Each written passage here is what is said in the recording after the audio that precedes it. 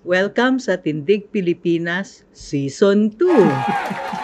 Ako si Sylvia Estrada Claudio o Doc Guy at kasama ko ang aking co-host na Ako po si Kiko Aquino D na co-host din po ngayon ng Tindig Pilipinas Podcast. Season 2 dahil nag-Semana Santa at nag-eleksyon kaya medyo nagpahinga at napagod tayo sa eleksyon. Yes, opo. Last days of campaigning talagang sinulit natin para saktong 12 noon on the last day na kampanya pa rin po tayo for our candidates na mukhang sulit naman yung trabaho natin. Siguro yung mga sumusunod na sa atin sa podcast natin, alam yan na nag-endorse tayo. Yun ang ating season ender. Mamaya tatanong ko sa iyo ang mga paborito mong episode. Oo. Pero sa akin, paborito ko na rin yung season ender. Yeah, oo. Ang dami pong napag-usapan doon na actually kahit na pinag-aralan ko po talaga yung elections ng previous life ko sa full-time academic. Pero ang dami kong natutuhan from Comgia, from Cleve na kung paano iniintindi ng mga tao yung vote buying, paano yung mechanics nito. So, kahit na hindi siya magandang practice, I think we all agree, pero it's still useful na may natututo tayo about kung paano siya ginagawa. Nabuhayan din ako doon dahil parang hindi naman sa wala ng solusyon. Kaya, at syempre yung sunod, before that, ewan ko kung favorite ko dahil medyo nagkaroon na tayo talaga, to be honest, ng technical problems. Pero nag-endorse tayo the other episode, no? At gusto lang namin paalala sa mga listeners na 2 out of 3 kami sa mga in-endorse. Pwede na, di ba? Ang in-endorse namin ay nanalo naman na senador, si Bam Aquino at si Kiko Pangilinan. At in-endorse namin si Heidi. Yes po. Mendoza. And si Heidi po is actually naglabas po yung Pulse Asia ng actually meron silang ginawang last minute survey na May 6 to 9. Hindi yun nagkakamali. And then yun yung hindi na siya na-release before election day. Pero ni-release siya ata last week. Hindi yun nagkakamali. And I think even there, bagamat medyo na-predict na rin nila yung magiging performance ni Senator Bam tsaka ni Senator Kiko, yung overperformance ni Ma'am Heidi was still very notable up to the last minute. So yun yung very puzzling nitong last election. Bakit na-miss ng surveys yung not necessarily si Bam tsaka si Kiko, but yung ibang candidates na aligned talaga sa prinsipyo natin, they overperform. Balikan natin yan sa survey ng konti. Interesante rin ang mga tao dyan sa ano nangyari sa mga survey. Pero ba't overperformance ang sinasabi mo? I think for all our candidates and even for our party list, parang overperformance, no? Okay. So, syempre, 2 out of 3 din tayo sa party list. Although pwede rin, yung akbayan hindi lang 1 seat ang naipanalo, pero 3 seats, top-notcher nitong party list election. And then, yung ML ay nakapasok din. And, ayun, although we also endorsed Magda, na they weren't able to make it, but talagang some of our friends might have noticed sa social media postings ng Tindig Pilipinas, active pa rin ang Magdalo sa pakikibaka para sa karapatang pantao for the rule of law. Bakit nga overperform sa tingin mo, Kiko? Yung term na yon. Hindi tayo optimistic na ganyan lalabas, no? Ako kasi, Doc Guy, if you ask me to predict, titingnan ko lang yung Pulse Asia, yun na yung prediction ko eh. So, syempre I was floored by this election. Napahiya ako sa mga estudyante ko sa staff dahil lahat sila yung nagtatanong ano nangyari, hindi ko masagot. Pero I think one aspect na pwedeng pag-aralan na lumabas din sa yung current release ng Pulse, yung mga nag-decide ng last minute. I think before, yung 2010 election, kasi syempre yung tito ko yung nanalo doon, so pinag-aralan ko siya. Yung 2010 election kasi, mga 30-ish% of voters will decide bandang May. No? So, last week of campaign, on the day itself, pag pinagsama niyo yun, mga 30% yun. According to Pulse, nung tinanong nila nung May 6 to 9, when do you plan to vote? Parang mga 60% daw yung either nag-decide nung linggong yun, nung isinagawa yung survey, o magde-decide pa lang sa mismong araw ng election. So, maraming naging bukas sa mga closing arguments ng mga politiko natin. And it seems In particular, yung talagang nakinabang dun, well, several parties yung nakinabang, pero in terms of overperforming on the day itself, mukhang sina Com Heidi na yun and some of the other progressive candidates. Ang akin lang, maraming nagagalit sa Pulse Asia, halimbawa, etc. Pero ako, shout out lang sa Pulse Asia. Naawa din ako sa kanila. Kasi ngayon lang naman sila pumalpak. Right. No? Palaging nagagalit yung mga tao sa kanila. Kasi pag nagpre-predict sila na hindi kandidato ng mga tao, pati tayo sa dati nung Lenin naman ako, 'di ba? Parang nagagalit kapag bakit ganyan ang Pulse, ganyan nagbaban pa. Pero po ating nagpauso ng False Asia hindi yung pero tama naman sila, no? At noon naman, to be fair, hindi naman ako yung nagalit sa Pulse. Sabi ko, sige, hindi dapat kagalitan ng Pulse, mukhang tama naman sila. Pero may mga paraan pa rin kung paano mo titignan niya na huwag kang madi-discourage, no? Yun, nung panahon nung pinipredict na talaga nila na si BBM ang mananalo, sinasabi ko sa mga tao, at ito sasabihin ko ngayon, madalas kasi ang polls, ano lang yan, parang pinicturan mo yung pangyayari ngayon. Halimbawa, nagpa-selfie tayo, tapos freeze, ganyan. Tapos nakaganyan tayo, lahat nakasmile. Yun lang yun, di ba? After mawala yung shot, pala nakasimangot na tayo lahat. So it's a picture in time na pwedeng magbago. At yun ang sinasabi mo rin ngayon, Kiko, no? Mukhang for once, nagbago ng malaki. Yung naging picture na yon, na-capture naman yung sentimiento ng masa sa panahon nung nag-release sila ng final survey nila. Pero nagbago ng yung sentimiento in the sense na maraming undecided, ay mukhang biglang nag-decide para doon sa side Posible rin na hindi lang undecided, pero maraming nag-iisip na iboboto ko tong isang senatorial candidate halimbawa, nung bandang dulo, parang tinanggal na lang or pinalitan. Exactly. So, and ayun po, just to that point nga na nung 2022 very important election din yun para sa akin kasi doon ko naisip na okay, naniniwala ako sa mga survey pero hindi ako magpapatalo sa survey, di ba? Na alam ko nung nilabas ng Pulse Asia, yung huling survey nila nung electoral cycle na yun, parang ang plano ko nun, okay, nakapag nag-house to house na ako ng ilang beses, magpapahinga na ako nitong linggo. Pero nung lumabas yun, yung nasabi ko na okay, kahit na medyo naniniwala ko na sobrang lamang si BBM, hindi ako nagpatalo doon. Nakampanya pa rin ako ng todo. Naghanap ako ng lahat ng opportunity na makapag-house to house, na makapagkampanya. At bagamat hindi siya nagkaroon ng bunga, baka nung election na yun, yung ganong ugali na hindi magpapatalo sa surveys, nagkabunga siya ngayon, di ba? Because apparently, yun nga, maraming nagde-decide ng last minute na ngayon. So, I think, parang madalas ko pong sinasabi at parang hope springs eternal, di ba? At medyo dismissive comment siya minsan, pero minsan totoo rin talaga na pag umaasa tayo, minsan ay tayo rin yung nare-reward sa ating our hope is rewarded sometimes. Marami tayong pag-uusapan, pero bago natin iwan, itatanong ko sa iyo, sa akin din, sa ating lahat na nag-endorse doon sa Bam, Kiko, Heidi, Magdalo, Akbayan, tsaka ML. Bakit tayo ganun? Kahit parang, talunan na nga ito Bakit? Di pa rin. Ito pa rin yung i-endorse natin. Kasi nung nag-endorse tayo last season, di ba? Hindi talaga mukhang maganda. Right. Hindi talaga mukhang mananalo yung atin. Struggling tayo. Parang si Bam lang na medyo 12, medyo 13, bumababa. Pero nag-endorse pa rin tayo. No? Bakit hindi tayo tulad ng ibang grupo o tao na playing safe na kung sino yung mananalo, doon na lang ako.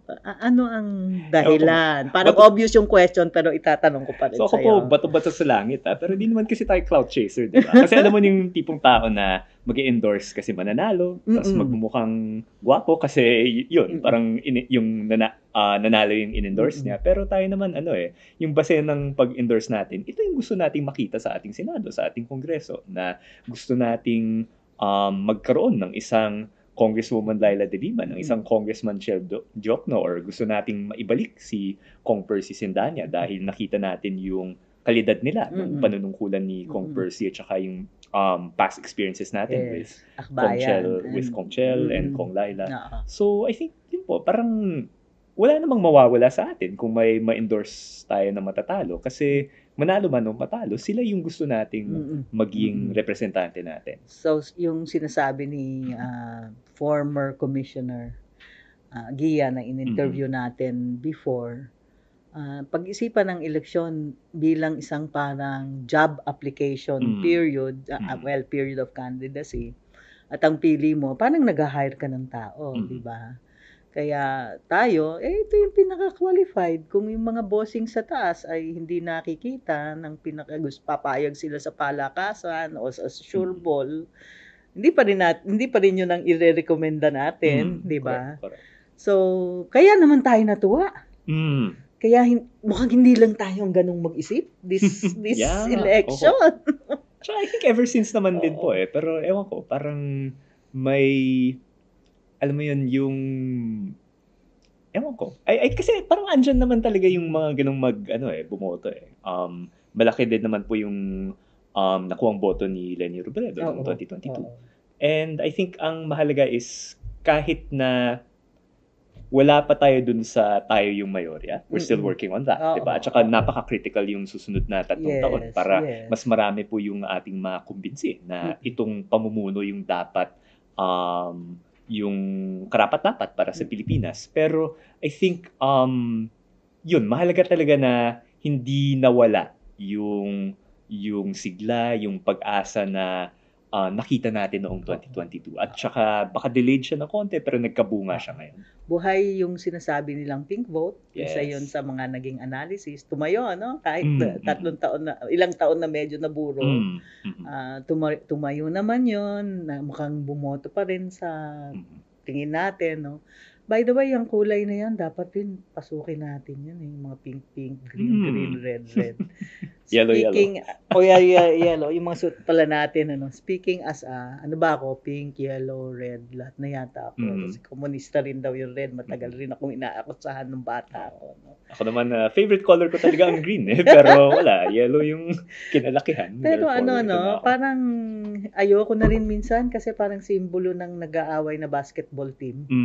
Na hindi naman ganun ang politika. Sabi ko nga, hindi yan yung loyal ka sa basketball team mo, di ba? Kaya sa akin, kung itanong mo sa akin kung anong ibig sabihin ng pink, di ba? Di naman ako galit sa peace and order Na-issue din yan ng mga pro-Duterte, di ba? Siguro sa akin lang, siguro pagkakaiba, naniniwala ako na kukuha natin ang peace and order na hindi nagbabiolate ng kahit rights ng kahit sino, rights ng biktima ng drugs, kung problema nga yan sa ilang community, pero rights din naman nung drug addict, no? Addict man siya o inaakusahan pa lang. So, baka yun ang difference. Pero wala naman akong difference sa peace and order. Kaya ang ganda nung love ko rin yung episode ng Magdalo Yun ang pinapaliwanag nila, di ba? Kung gusto nyo ng security, kung gusto nyo ng peace and order, makinig kayong kaming taga-security forces, ganito yung tamang paraan. Kaya rin sila nag-anti-Duterte position. No? Kasi kung tutusin, parang kung ang magiging ugali ng karaniwang tao o ng kriminal halimbawa o suspected criminal na talagang marahas yung magiging pakikitungo sa kanya ng pulis. Karahasan din yung magiging sagot niya, 'di ba? So parang hindi rin safe para sa ating security forces kung talagang kamay na bakal ang parating ipapakita. Kailangan I think para maging mas ligtas yung lipunan natin.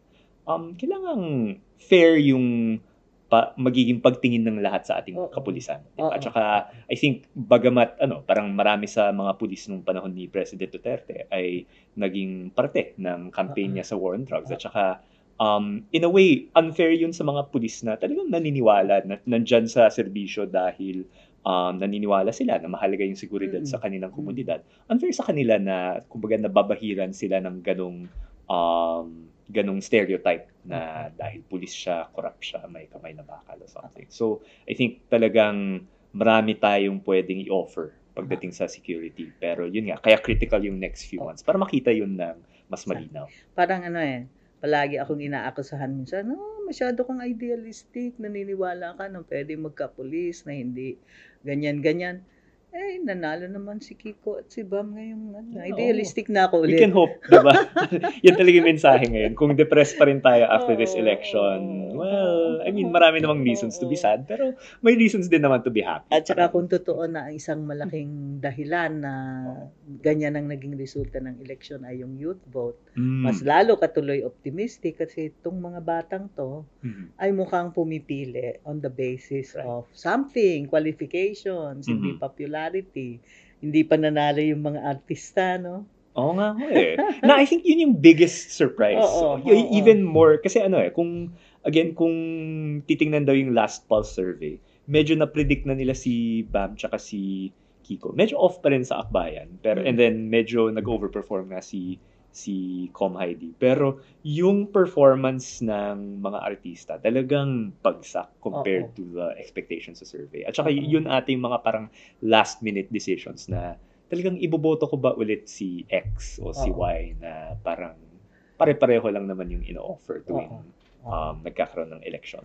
Kasi yun na nga, hindi naman nating sinasabi na lahat ng artista, lahat ng celebrity ay walang karapatan.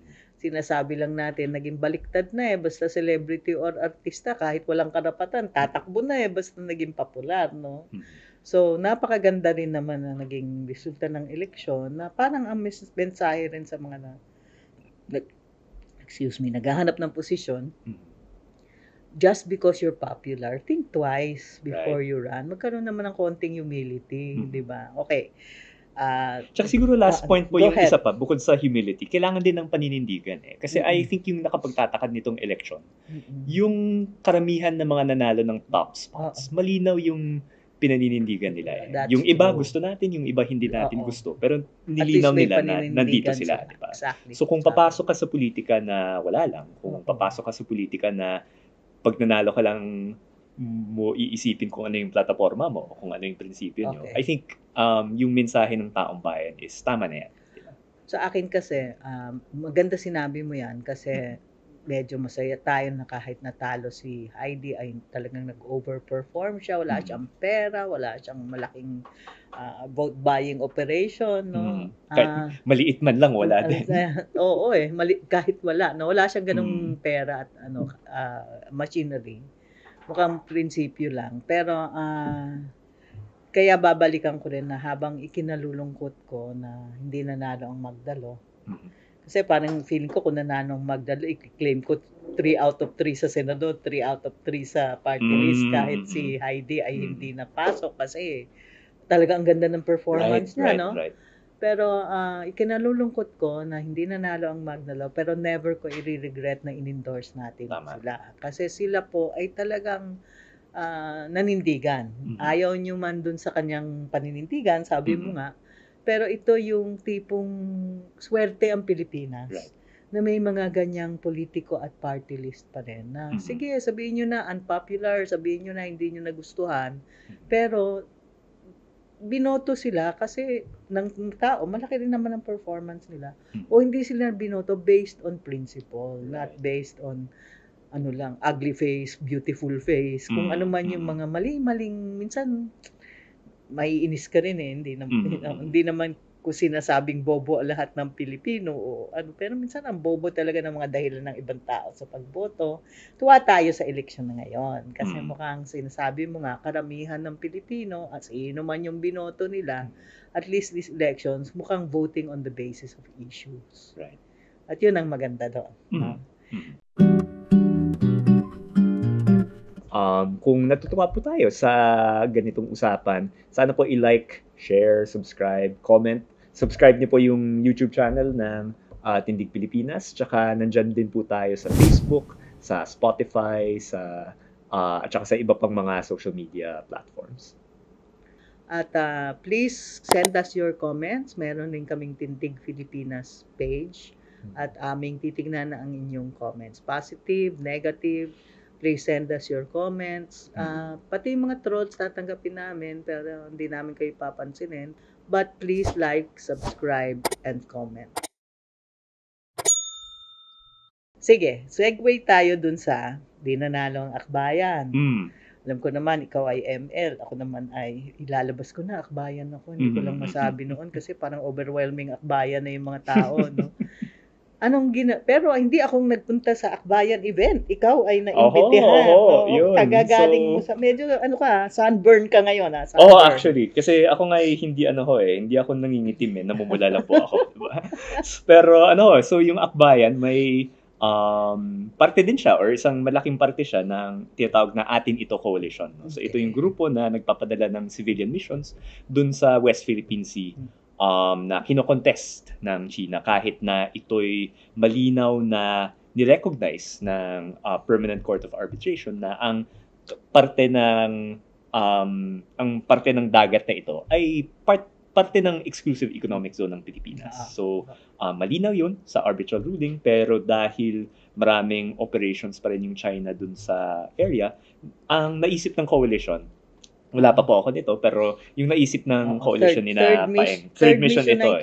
Yung first mission ay 2023. Yung naisip nila, i-civilianize natin yung West Philippine Sea. So, hindi lang dapat, parang military or security forces yung umiikot doon, pero dapat magkaroon din ng presensya yung karaniwang mamamayan dito sa West Philippine Sea. And so, noong 2023, may ginawang resupply mission sa BRP Sierra Madre na civilian din.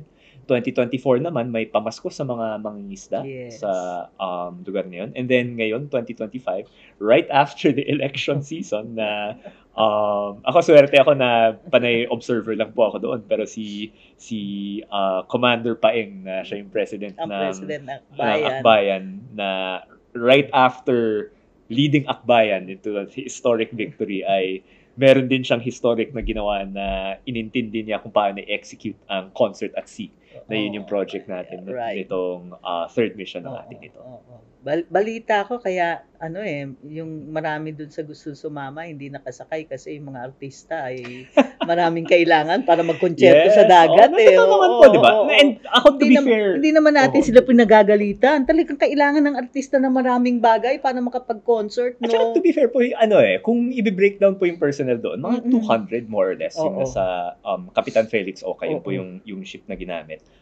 Karamihan doon actually hindi nga artista yung stage crew. Kasi nga yung pagse-setup ng stage para sa isang concert, masalimuot yun, di ba? So marami, yung hats off talaga kami dun sa PETA, yung Philippine Educational Theater Association, na sila yung umintindi, okay, Concert at Sea, sinabi nila, yes, magagawa natin ng paraan. Tapos kasi dalawang concert po yung ginawa, no? So yung concert sa unang araw, parang send-off namin, yun, Concert at Sea na siya dun sa barko.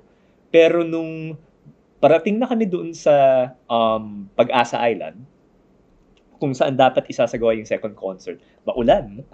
At saka, dahil, medyo hindi saktong pabor sa amin yung winds noon, mas mabagal yung speed namin papuntang Pag-asa. To be able to make it back on time.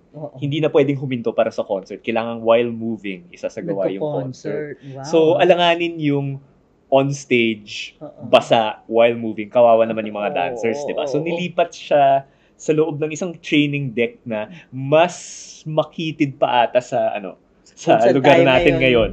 Pero kahit na doon, nagawa pa rin ng ibang groups yung parang K-pop dance moves nila. I had no idea na posible yun, di ba? So, hats off talaga sa mga artists na sobrang game kahit na pabago-bago yung konteksto. Tsaka hats off din sa PETA na pull off nila yun. Kilala tayo mga Pilipino bilang talagang magagaling na performers sa Asia, no? Tsaka sa buong mundo. Niisip ko tuloy yung mga Chinese spies na nanonood at nakikinig sa inyo. Siguro iindak-indak yun habang nagsaspy sila sa galing ng kanta.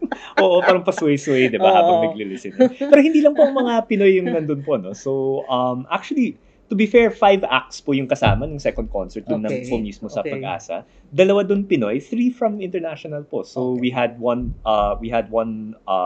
a K-pop group from South Korea, tapos may 2 artists from Malaysia tsaka Indonesia din po. Palagay So ko talagang Asian solidarity pati po yung mga whales pinakita. nakiki-induct May dolphins doon. pong sumabay sa amin Oo, papuntang diba? papuntang Pag-asa. So yan, Okay, medyo so may ganun. kahit wala akong karapatan bilang ordinaryong miyembro ng akbayan, iimbitahin ko ulit lahat sa susunod na misyon, di ba? Yes, oo. Atin to, panindigan natin to. Ano man ang inyong kulay sa ibang issue, siguro kaya natin magkaisa sa issue na ito tungkol sa West Philippine Sea na para sa mga Pilipino itong ating karagatan. Tsaka I would really recommend it po kasi ako yung pinaka natutuhan ko dito. I think 2 AM kasi kami nag-set sail pagkatapos ng concert namin noong Tuesday. Anong date ba yun? Never mind. I don't want to calculate. Pero nung Tuesday last week, 2 AM kaming naglayag. Tapos 8 AM yung unang radio challenge ng China. So isipin po, this is 6 hours away from Palawan. Inaangkin na ng China yung lugar natin. Na I think kung sinusubaybayan natin yung issue ng West Philippine Sea, medyo alam na natin na okay, nandito yung China, ito yung kiniklaim nila, dito sila umiikot. Pero na maramdaman mo mismo na ganong kalapit sila sa atin. I think yun yung pinaka-takeaway ko na ito yung urgency ng advokasya na to. Na talagang grabe yung pag-aangkin nila at bagamat ayaw natin ng anumang uri ng lahas, anumang uri ng digmaan, kailangan nating makahanap ng iba't ibang pamamaraan upang mapanindigan natin na talagang atin yung lugar na yan. And yung concert is one, yung resupply missions, yung pamasko, ibang paraan yun. I'm sure yung grupo makakaisip ng iba pang mga forms para ma-drive home natin yung point na hindi talaga natin papakawalan ang West Philippine Sea. At saka, mahalaga sa kapayapaan ng buong rehiyon, sa totoo lang, na ang Pilipinas na hindi naman talagang nag-aalok ng anong gera o hidwaan, ay nagsasabi pa rin na hindi pwede. Kasi apektado lahat kung sabihin ng China kanila yun eh. Hindi lang tayo, hindi lang yung bansa natin. Kaya napakalaga. Okay, moving on. Ano ba itong impeachment na ito? Ano ba ito? Sandali lang. Kami ni Kiko, our beloved listeners and viewers, ay nag-file ng first impeachment complaint. Kung aalalahanin nyo, 3 yan. Pero pwede bang magsabing, we were the OG. Correct. We were the OG. Tama. Okay. So, bilang mga OG, nakita namin nadagdagan ng 2, nadagdagan ng 3, ox lang. Tapos, ox din lang na finally, ang napili ng Kongreso ay yung complaint ni Sandro Marcos. Yung pang-apat. Yung pang-apat. At tumuloy yan, March yata nang napadala, no? March na ba? February pa lang ba? February, I think. Okay. Early February. Okay. Before campaign period. Very interesting decision. Oo nga pala. Akala ko nga pala birthday gift sa akin yun ng Kongreso kasi birthday month ko yung February. Okay, so February yon nag-file. Anong sabi ng Constitution? Forthwith. Ano kaya? Dapat i-google ko kung anong Tagalog translation ng forthwith. More or less agad po ata. Agad pa nga hindi lang agad, di ba? Yung naman tayo mga Pilipino, pag gusto natin mag-emphasize, inuulit lang natin yung salita. Agad. Kasi yung fourth, agad yon. With, may agad din yun, kaya agad. Okay. Yeah. Ano nangyari sa agad-agad? Ano ba yan? Tsaka yung malala, nakapag-hearing naman yung Senado habang campaign period. Kasi ang excuse ay, okay, tapos na yung session ng Kongreso, hindi pwede magpa-hearing. Pero nung ginusto ng Senado na magpa-hearing, nagpa-hearing pa rin sila. So talagang lumalabas na may something itong impeachment na, ewan ko, baka ang term na talaga nagagamitin ko, parang kinatatakot ng Senado na bakit ayaw nilang gampanan yung tungkulin nila na nakasaad dun mismo sa Constitution na forthwith dapat gawin, di ba? Tsaka, i-point out nga natin, Kiko, na ito naman ay lumabas na kahit dun sa Senate session kahapon, kung saan si Senadora Risa at Senador Coco ay nagtatanong na rin, no? Ano pa nangyayari? Bakit hindi naman agad-agad na hinintay na nga namin itong pagkatagal-tagal? Dapat June 2 yata yung una? June 2 nung una. Na sobrang delayed na yun. Na sobrang delayed. Dinelay pa sa 11 ulit. kahapon pala, no? Kahapon dapat sinimulan na napakinggan ng Senado yung mga prosecutors na galing sa House of Representatives. Ihaharap na nila yung tinatawag na articles of impeachment na sa aking simpleng pag-intindi ay kung ano yung mga charges, ano ang sinasakdal kay VP Sara. June 6 na 'yon. Pero hindi agad-agad 'yon kung February pa. At babalikan ko lang yung sinabi mo na dapat nakapag-hearing naman yung Senado. Malinaw din sa articles ng Constitution natin na hiwalay ang Senado bilang isang katawan na legislative. In other words, ang kinatawan natin para gumawa ng batas kasama ang House of Representatives. Iba yon kapag impeachment na. Kasi pag impeachment, separate article nga sa Constitution, di ba? Pag impeachment, yung Senado nagiging korte. Kaya hindi mo pwedeng sabihin, tapos na yung legislative, namin kailangan kampanya na kami. Pwedeng tapusin talaga yung legislative part, pero hindi natatapos yung korte. Parang yung Supreme Court, pahinga muna kami, hindi kami makikinig sa kahit sinong korte. Di ba? Tuloy-tuloy ang korte. So, pero nung nag-file tayo, Kiko, alam na natin yon. Oras na mag-file tayo, nag-file tayo dahil sa buong paniniwala natin. Sorry na lang yung mga hindi nag-agree. Dapat si Sara ay imbestigahan na. Okay, sa tingin natin guilty siya, 'di ba? Kasi kung hindi naman sa tingin naman natin ay inosente siya, bakit tayo nag-file? Pero handa naman tayong makinig sa ebidensya. Alamin yung paglilitis, para lang nagpunta ako sa korte, 'di ba? Kung matalo ko, pwede din namang okay, hindi pa supported by the evidence yung aking pananaw, di okay lang. Although matindi ebidensya natin nung file tayo. Pero alam na natin na hindi yun ang magiging dahilan ng laro ng ibang tao. Yun ang masakit Yun ang masakit sa akin. Simple lang naman yan. Si Sara na rin mismo ang nagsabing haharapin niya. Majority of the Filipino people are saying, sige, harapin niya. Pag nakikinig nga ako dun sa mga pro-Sara, tingin nila may paraan si Sara at uupakan lang tayo at mapapakita daw niya na tayo ay mga hunghang at gaga. Okay naman, di ba? Okay naman ako.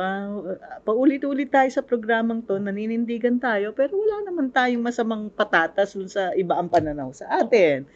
Pero bakit ang simpleng bagay ay nagiging pinaglalaruan ng ilang politiko? At dito ko bibigyan ng pangalan si Senate President Cheese kasi nasa kamay niya itong, sabi nga nung isang kaibigan, ang diferensya ang kabila ng agad-agad ay nagpatumpik-tumpik ang mama.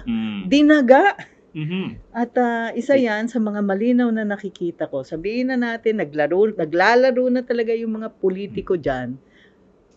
Aralin natin yung laro ng isang politiko ngayon, si Cheese Escudero, no? Ito pa yung nakakalungkot namin. Kasi parang ako kumbaga nasama po ako sa tindig or naging talagang active noong 2024 na Constitution yung pinaglalaban natin yan. At saka mukhang Constitution pa rin ulit yung pinaka-ugat ng laban natin. Kasi meron siyang piniprescribe na proseso kung ano yung dapat mangyari kung may impeachment. Kasi kung isipin po natin, kung talagang ito yung sinasadya ng constitutional framers natin na pwedeng ipagpaliban yung proseso ng impeachment. Wala siyang saysay, di ba? Kung ayaw ng mga politiko na ma-impeach yung isang tao, wala na silang incentive na makinig sa mamamayan. At saka siguro yung nakakalungkot, parang yung batas kasi, hindi naman yan batas dahil masaya tayo parate na sumunod sa batas, di ba? Hindi naman, yung Constitution, hindi yan for the pleasure ng ating mga legislators. Hindi yan for the pleasure ng ating mga politiko. Nandyan yan kasi bagamat pwede naman magkaroon tayo ng gusto naman natin na magkaroon ng mga mababait na mga matitinong mga leader. May mga pagkakataon na yung self-interest nila ay babangga dun sa kapakanan ng madla. At saka Constitution dapat yung magpro-protect sa atin sa mga ganung sitwasyon. Ano nangyayari, di ba? Kahit nga so syempre guilty na guilty dito para sa akin. I mean, baka masyadong malakas na term yung guilty. Pero talagang ano yung ginagawa ni Senate President Escudero, di ba? Parang dahil hindi convenient para sa kanila, hinahanapan nila ng kakaibang interpretation yung ating saligang batas para ma-justify nila na ipagpapaliban forever, parang forever ate gusto nilang ipagpaliban yung ating impeachment process. When in fact, ang dapat mangyari, okay, kahit na ayoko, kahit na inconvenient para sa akin yung impeachment, dahil nakasulat sa saligang batas, forthwith ang nakasulat doon, yun yung dapat masunod, di ba? So yung ganung attitude man lang na sumusunod ako sa batas, instead of hinahanapan ko ng butas yung batas, yun yung nakakalungkot. Alalahanin natin ang isa pa sa mga episode na natutuwa ako sa lahat ng episodes natin talaga sa first season. Sorry lang, biased ako. Pero ang isang first season episode na naalala ko ngayon, yung episode with former Congressman Erin Tanyada, kung saan nilinaw natin na ang saligang batas ay yan ang pinakamalaking utos ng mamamayan, ng buong mamamayan ng Pilipino sa bawat isa sa atin. Presidente, senador, mayaman, mahirap, basta yung saligan batas, dyan tayo nagkaisa. Marami sigurong hindi nagustuhan, pero nung napasayan, ang sinabi natin bilang isang bansa, hindi pwedeng walang final na law na siyang magigiya sa ating lahat. Agree ka man o disagree, ito ang pinakabatayan nating mga Pilipino para maging isang bansa o lipunan. Kaya, ako din, hindi naman ako nag-agree sa iba dyan, pero susunod ako dyan, di ba? Susunod. Marami kasing sasabihin, sumunod ka na lang. O sige, susunod na lang ako. Sa saligang batas, doon tayo nagkaisa. Hindi ako susunod doon sa mayor kung corrupt. Hindi naman corrupt yung mayor ko, by the way. Pero hindi ako susunod sa pulis na corrupt. Hindi ako susunod kay Duterte pumapatay. Susunod ako sa saligang batas. Okay. At yung saligang batas yung nagbibigay sa atin ng proteksyon tuwing nangungurakot yung isang politiko, tuwing pumapatay yung isang yung ating mga security forces na hindi na mali yung proseso, di ba? Parang, kaya nga, at saka yung isang protection na binibigay sa atin, yung mismong proseso ng impeachment. Exactly. Kung may politikong nangungurakot, kung may politikong nagbabanta ng karahasan, di ba? At saka at meron siyang inuupuan na napaka-critical na posisyon, kagaya ng vice-presidente. Madalas na sinasabi, one heartbeat away from the presidency, di ba? So, kung compromise yung position na yun, impeachment yung paraan para ma-resolvahan yung issue. Ngayon, diba? Sinabi ng saligang batas sa Senado at particular kay Senate President, kahit sinong Senate President, pero ang current Senate President si Chis Escudero, sinabi ng saligang batas, agad-agad, huwag kang magpatumpik-tumpik, simulan mo na yung impeachment na yan. Anong ginawa ng saka na mangangampanya ako na hindi naman siya tumatakbo. Sir Chi, kami, di ba? Sir Chi, sumunod ka naman, di ba? Sumunod ka na sa konstitusyon at sa saligang batas. Ano? Tapos, sige, wala tayong magawa. Naging June 2. Gagawing June 11. Tapos, pumapayag pa siya, hindi pa siya naninindigan na hindi nila parang hindi pa siya naninindigan na hindi pwedeng tigilin pag natapos tong senadong to. Parang lumalabas na nagpatumpik-tumpik siya para umabot sa kadululuhan tapos i-dismiss na lang nila. 'Di ba? Sir Chis, bilang isang complainant, huwag mo namang ganunin yung kaso ko. Parang tinechnical mo naman ako masyado. Ano ba yan? Galit na nga tayo sa justice system sa Pilipinas. Kanyang ka pa. Sa totoo lang po, mas gugustuhin ko pa kung magkaroon ng impeachment at saka kung hindi makonvict si VP Sara. Sige, at least Ako, payag ako doon. Diba? I mean, syempre gusto kong ma-impeach siya kasi tingin ko mali yung ginawa niya. Pero tatanggapin ko yun. Pero at least kung sumailalim naman po tayo sa proseso na alam naman natin na political ang proseso sa Senado. They will vote based on the law but also based on whatever be ng mga senator judges. Pero tanggap natin yun yung parang foul ay pinagpaliban siya forever na sobrang linaw na hindi yun yung spirit ng saligang batas. Na dapat tuwing merong ganitong complaint na malala ang mga akusasyon na nililevel sa vice-presidente, kailangan matalakay agad. Kasi pati in a way, unfair din yan sa accused na nawawalan siya ng pagkakataon na ipagtanggol yung sarili niya. Di ba? Nagtataka tuloy ako, no? Nakikinig tuloy ako sa mga chismis ng iba't ibang nagchichismis sa akin. Marites ako, Kiko, na kaya nagdi-delay, kinakausap yung Duterte faction para siya ang maging Senate President. Sabi daw nila para hindi daw ako kasuhan ni Sir Cheese, sasabihin ko, allegedly. O allegedly, sabi-sabi daw, ay ito daw ang isang dahilan, no, na nakikipaglaro sa Duterte faction kasi gusto niya maging Senate President at hindi si Tito Soto. At uulitin ko, no, pwede ba yung mga political convenience na yan, okay na sa akin, gusto maging Senate President. Pero at the expense of not obeying our Constitution, wag naman, sir.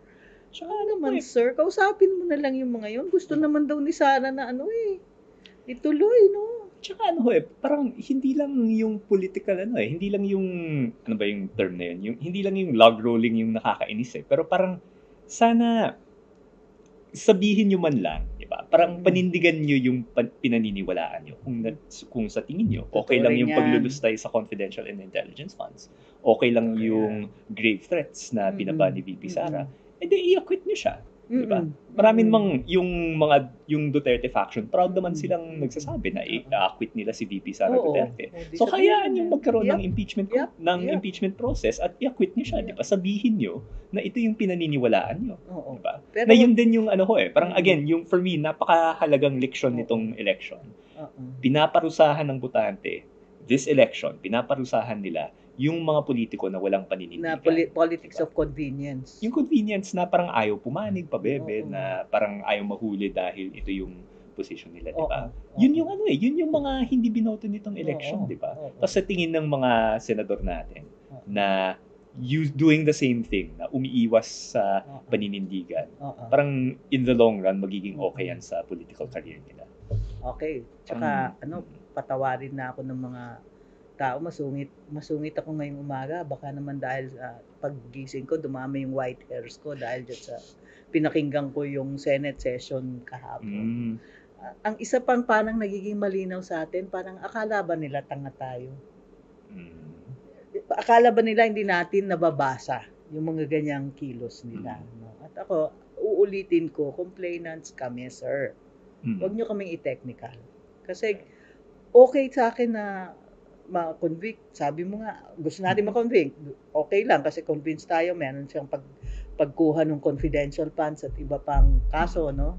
Pero yung articles ngayon, sige, confidential funds tayo mag-focus. Pero yung gaganyanin kami tapos te-technicalin kami. Ano ko bobo? Anong mamamayang Pilipino, bobo? Akala nyo ba hindi namin nakikita yung mga galawang ganyan? Lalo na kung labag na sa Constitution.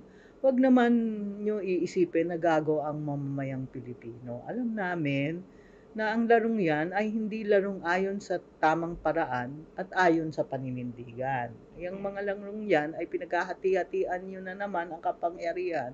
At whether sa tingin nyo tama o mali, wala na, hindi na pumapasok sa isip nyo yan. Ang pumapasok na lang sa isip nyo kung alin yung makakatulong na maging Senate President ka pa rin.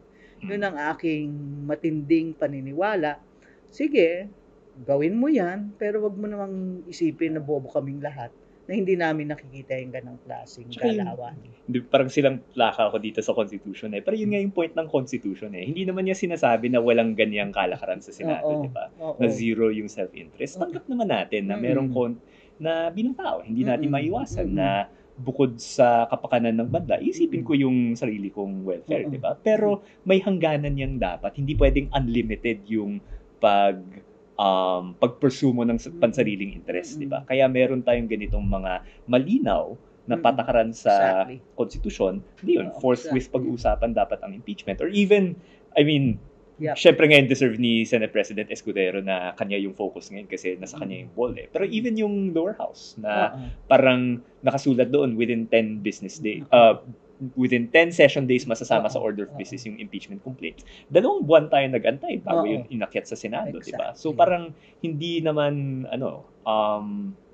talagang ang dami sa ating mga politiko ay nag-ignore dun nga sa ating saligang batas na ang sinasabi niya is hindi naman sa bawal kayong magkaroon ng pansariling interes, pero may hangganan yan, di ba? Tsaka ini-ignore nila yun. So yun talaga yung nakababahala na parang yung batas natin imbis na nagiging imbis na nagiging hadlang siya sa pansariling interest ng mga politiko natin, nahahanapan, parang sila maghahanap sila ng kung ano-anumang paraan, kung anumang butas para ma-push pa rin yung gusto nilang. Alam mo, Kiko, hindi naman tayo hipokrito, di ba? Lahat naman tayo naniniwala na wala sa ating santo, di ba? Kasi pagkaalam ko, nandito pa rin ako sa mundong to, katawan pa rin lupa ito. Pero halo-halo talaga ang motibasyon ng kahit sino. Ako, nakaupo ako dito, hindi lang dahil naniniwala ako sa sinasabi natin, pero nag-i-enjoy ako. Hello mga listeners, nag-i-enjoy po ako dito. Isa sa mga paraan na marami pa akong natututunan, di ba? At syempre, personal na rin na yabang, meron akong gustong sabihin, meron tayong gustong sabihin. Gusto nating masabi at marinig ng mga tao. Halo-halo yan na maganda ang motibo at may personal tayong motibo na sabihin na natin, hindi ganun kaganda, personal, yabang di ba? Pero sabi mo nga may hangganan yan, di ba?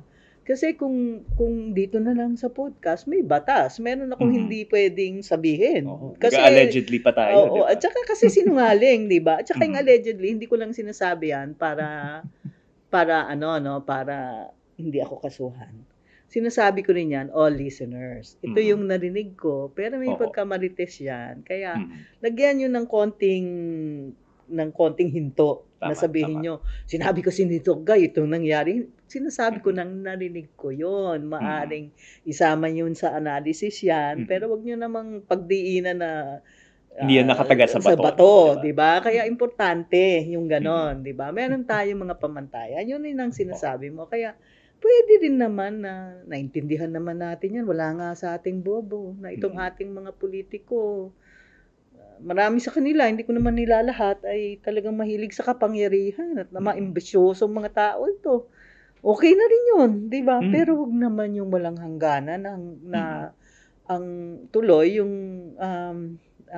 tamang paraan na hindi na tuloy nangyayari. Kasi meron din tayong paninindigan na Kiko dito sa Tindig Pilipinas. Hindi tao ang demokrasya, institusyon.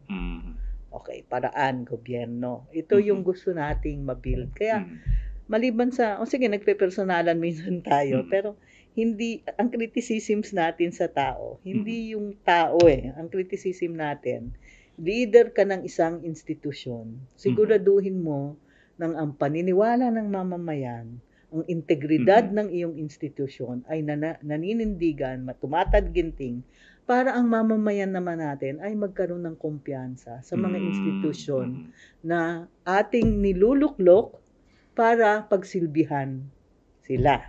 Diba? Tayo, teacher tayo sa UP, kahit maliit lang ang sitwasyon natin ngayon, hindi tayo nagbebenta ng grade.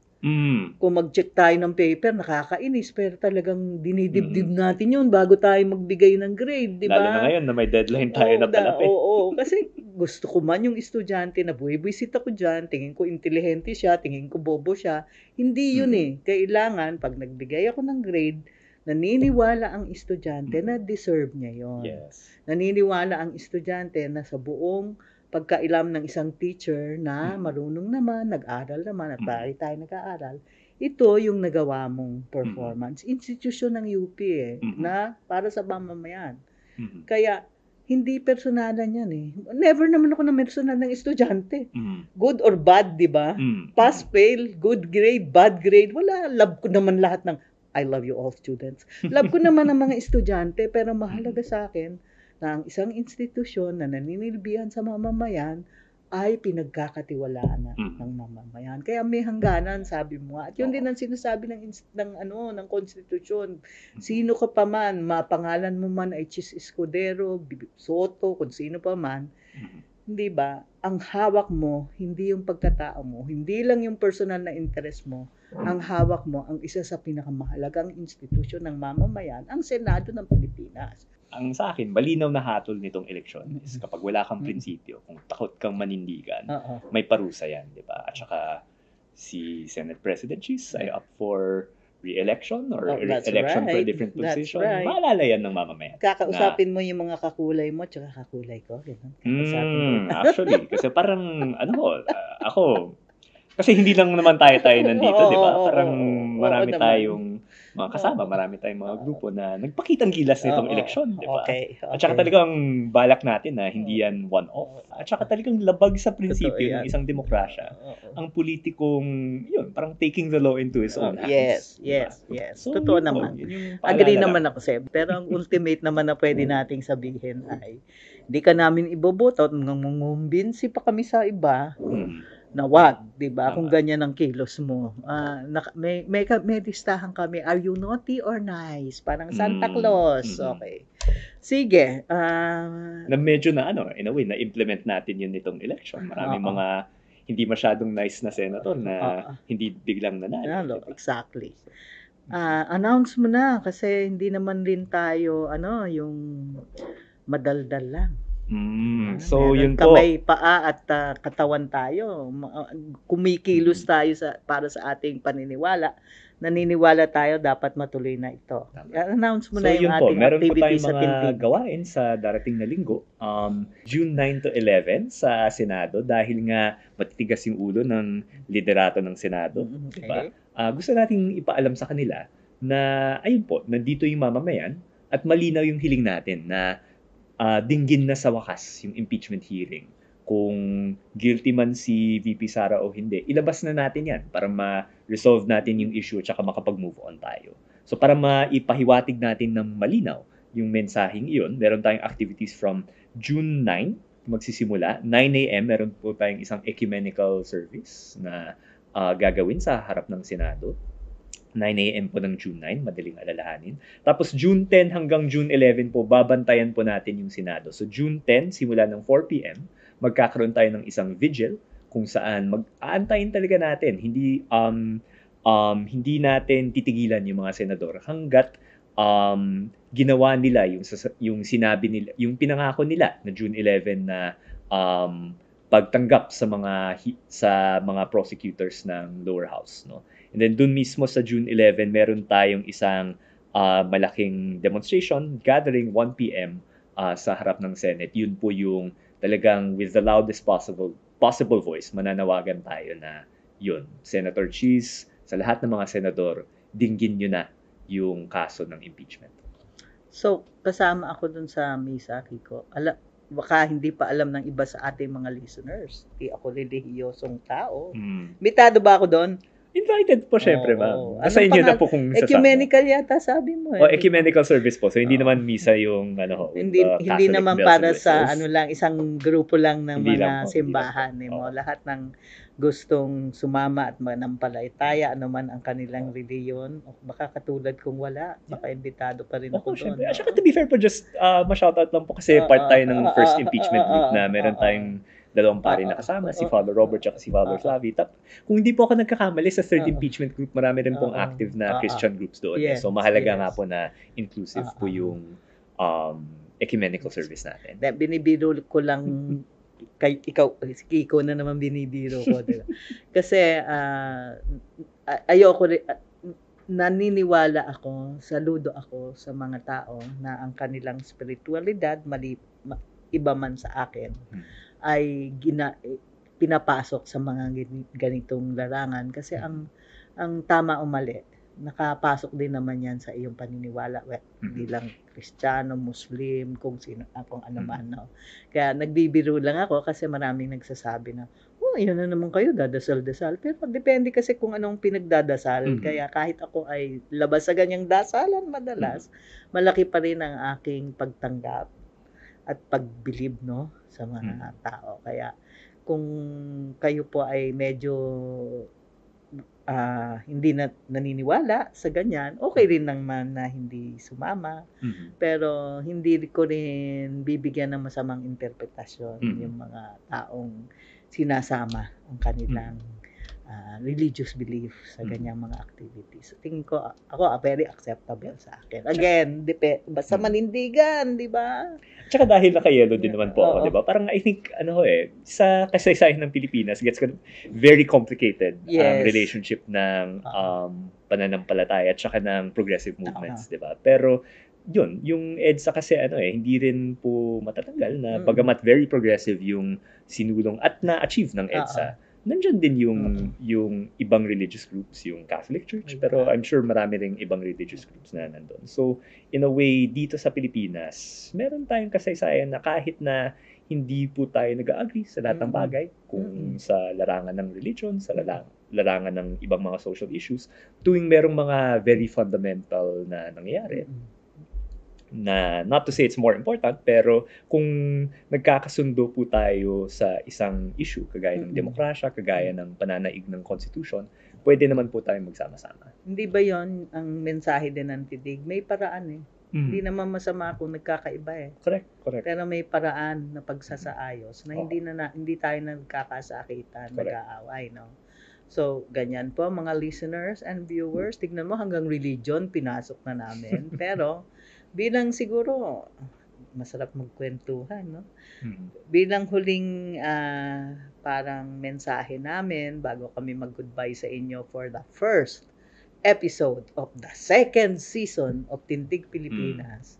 Ulitin natin, bakit ba kayo nagrarally-rally? Bakit pumupunta? Bakit natin iniimbitahan ang mga tao na pumunta sa Senado at magpahayag na ituloy na ang impeachment? Well, again, parang matigas ang ulo ng ating mga senador kung pwedeng idaan sa simpleng PM o simpleng post sa social media, goods, di ba? Pero mukhang talagang gusto nilang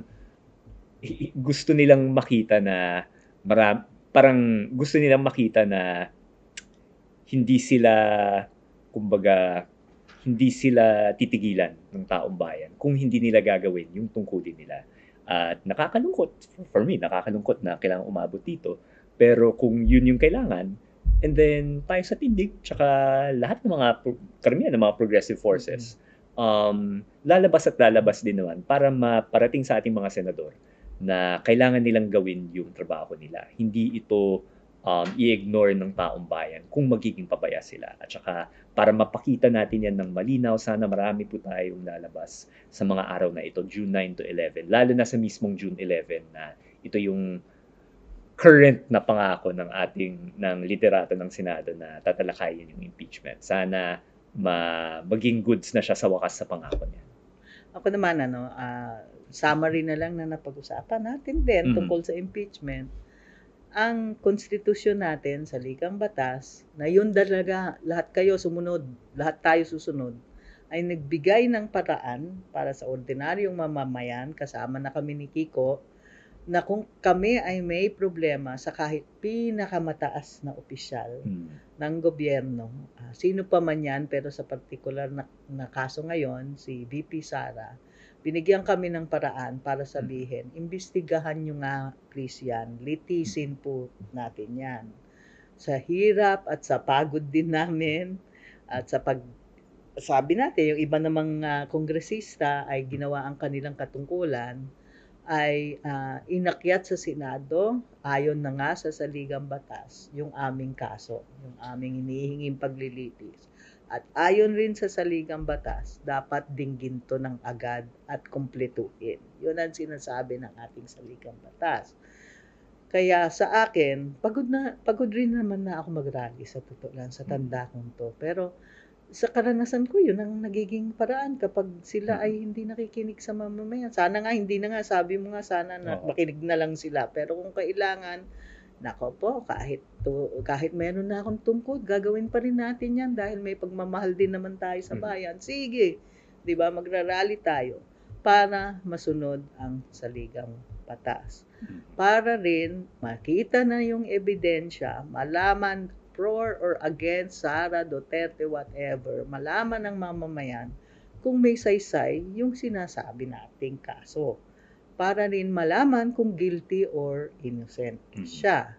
Kahit political yung process na yan, susunod tayo. So, simple lang yan.